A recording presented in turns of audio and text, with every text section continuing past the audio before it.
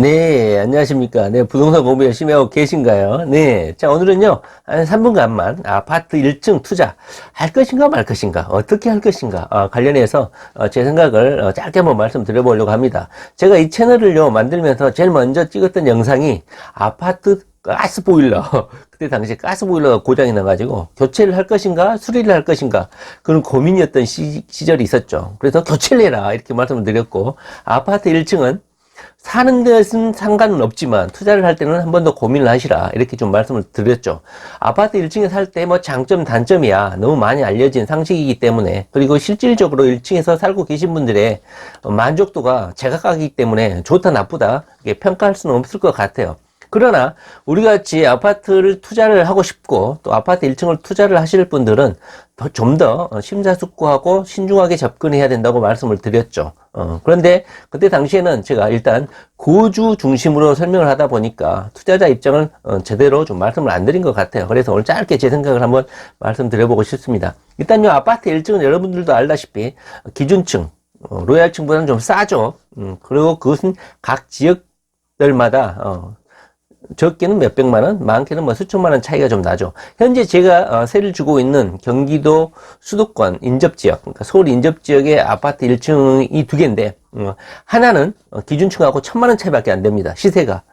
그만큼 2010년대 이후에 진 아파트들 1층들은 현대 공법에 의해서 단지 구성이라든가 1층의 프라이버시라든가 여러 가지를 고려해서 지었기 때문에 1층이 살기에 상당히 좋다.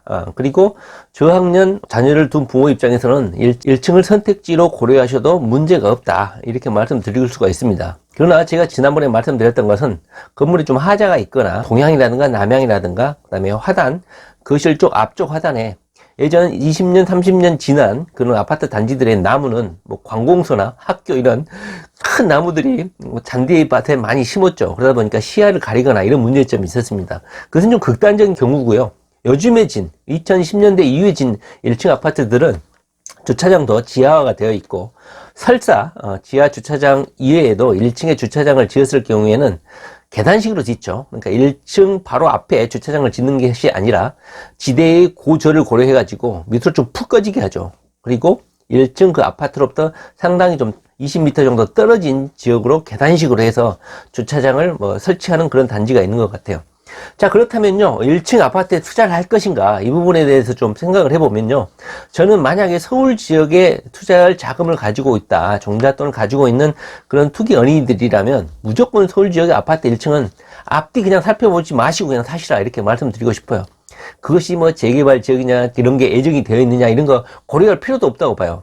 저는요, 2020년, 2030년, 2040년 서울 부동산 아파트 시장의 향후 트렌드는 재건축, 재개발, 그 다음에 정비사업, 가로주택 사업, 뭐 이런 기존의 아파트를 부수고 다시 짓는 이런 사업들이 아마 하나의 큰 트렌드가 되고 하나의 수익 사업이 될 것이라고 생각해요. 서울의 아파트 같은 경우는 아마 끊임없이 상승하게 될 것이고 1층이라고 해서 결코 꿀리지 않고 충분히 투자 수익이 있을 것 같다. 최소 500가구 이상의 아파트 단지라면 충분히 1층 투자는 뭐 여러 가지 고려할 필요도 없이 그냥 구입하셔도 될 것 같다. 물론 1층에서 자기가 살 것이 아닌 이상에는 어느 정도 인테리어를 하고 세를 내놓아야겠죠. 그리고 세를 계속 돌리면서 재건축 재개발 시절까지 버티면 됩니다. 서울시도 마찬가지고 국토부도 마찬가지고 서울특별시의 주택 수요 부족을 결코 방치는 하지는 않기 때문이죠. 서울 지역과 약간 인접한 지역인 뭐 광명이나 과천, 군포, 안양, 뭐 우왕 이런 지역은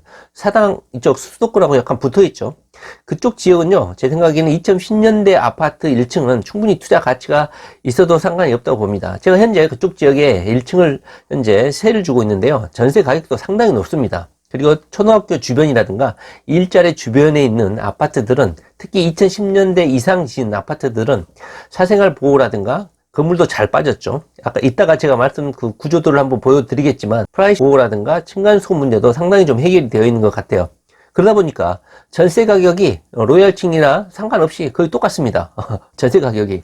그리고 아파트 시세 가격도 거의 보통 서울 지역 같은 경우는 뭐 수천만 원 차이가 날 수가 있겠지만 광명, 과천, 안양, 우왕, 삼본 이런 지역은요 1층하고 기준층하고 차이가 거의 2010년 이후에 진 아파트 같은 경우는 차이가 없습니다.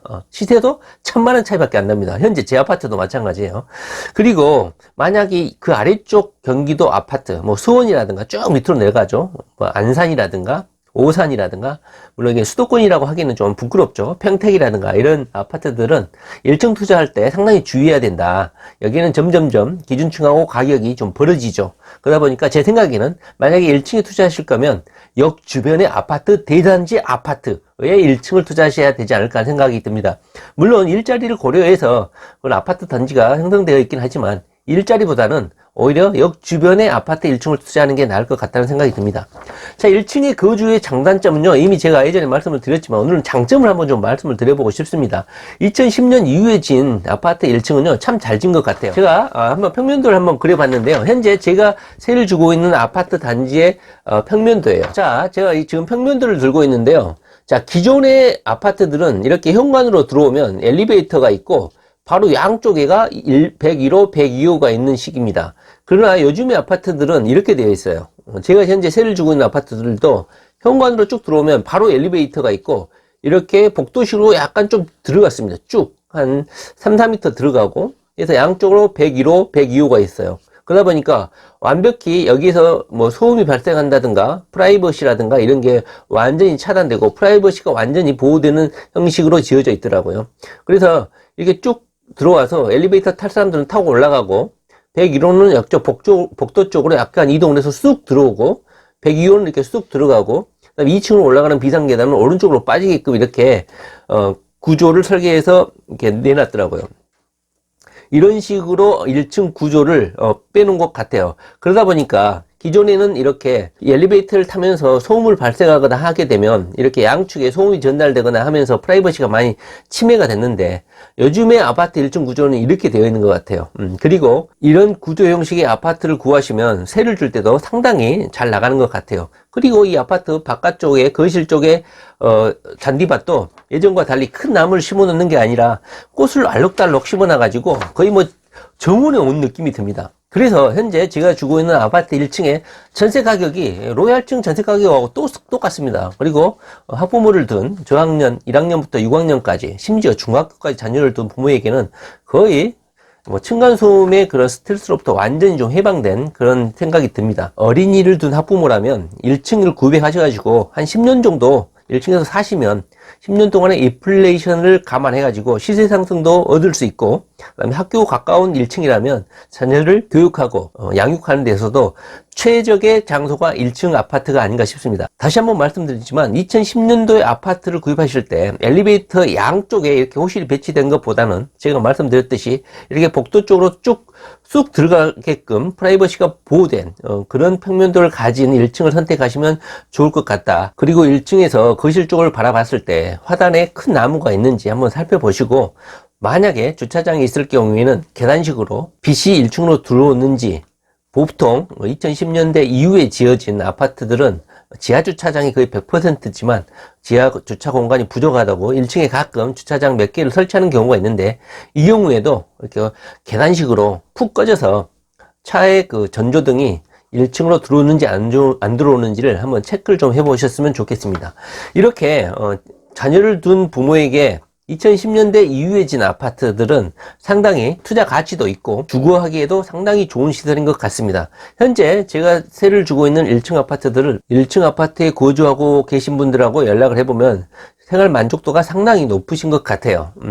그리고 일단은 1층의 장점은 뭡니까? 일단은 무거운 짐이 있거나 할 때 바로 1층으로 쑥 들어가면 되는 것이죠. 단지별로 어떨지는 모르겠지만 엘리베이터 이용료를 받지 않는 아파트 단지도 있는 것 같습니다. 그리고 무엇보다도 심리적으로 안정감이 상당히 좀 큰 것 같아요. 1층에 있으면 자녀를 둔 부모라면 1층을 구입해가지고 10년 정도 거주 목적으로 한번 구입을 하시고 10년 후에 인플레이션이라든가 전체적인 부동산 시장의 상승기에 맞이해서 자녀가 이제 중학교라든가 고등학교 자랐을 때 어떤 학군 지역으로 이동하시거나 하시면서 팔고 나오시면 충분히 시세 차익을 얻거나 그 다음에 주거 만족도도 안정적으로 유지하면서 10년을 살 수 있지 않을까 하는 생각이 듭니다.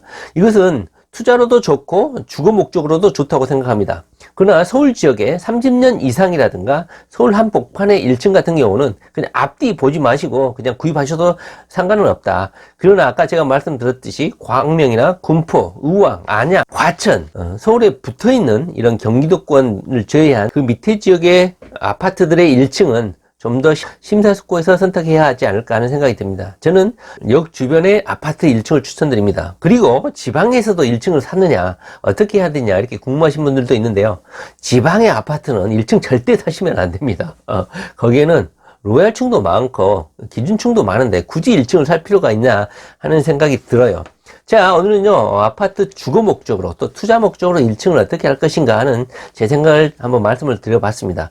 1층을 구입하시거나 거주할 때 2010년 이후의 아파트를 선택하실 분들은요, 한번 엘리베이터를 기준으로 좌측, 우측에 바로 호실이 배치되어 있는지 아니면 약간 복도식으로 들어가서 한 2m, 3m, 3, 4m 들어가서 호실이 배치되어 있는지 한번 살펴보시고, 호실로 들어가서는 남향으로 배치되어 있는지, 그리고 거실에서 바깥을 내다봤을 때 화단에 있는 큰 나무들이 시야를 가리고 있는지 이것만 살피시면 아파트 1층은 충분히 선택하셔도 무방하다 이런 생각이 듭니다. 어디를 선택하시라고요? 서울은 무조건 사도 된다. 그리고 경기도권은 과천, 광명, 안양, 군포, 삼본, 우왕 정도만 선택을 하시고 그 아래 지역은 서울하고 너무 멀리 떨어져 있기 때문에 산업단지 주변보다는 저는 역 주변에 1층을 선택하시라. 그리고 지방의 아파트 1층은 절대 선택하시면 안 된다. 재건축, 재개발을 하더라도 메리트가 없고 향후 시대 상승에 대해서 장담을 할 수가 없다. 그러나 아까 말씀드렸던 군포, 과천, 광명, 우왕, 안양 지역의 2010년도 이후의 아파트들은 거주 목적 겸용 투자 목적으로 선택하셔서 10년 정도 거주하시고 부동산 상승, 인플레이션 효과를 충분히 누린 다음에 10년 이상 살고 난 다음에도 여전히 새 아파트 주의를 여전히 유지하고 있기 때문에 부동산 투자 수익에 있어서도 충분히 효과를 보지 않을까 하는 생각이 듭니다. 네, 부동산 공부 열심히 하시기 바랍니다. 네, 감사합니다.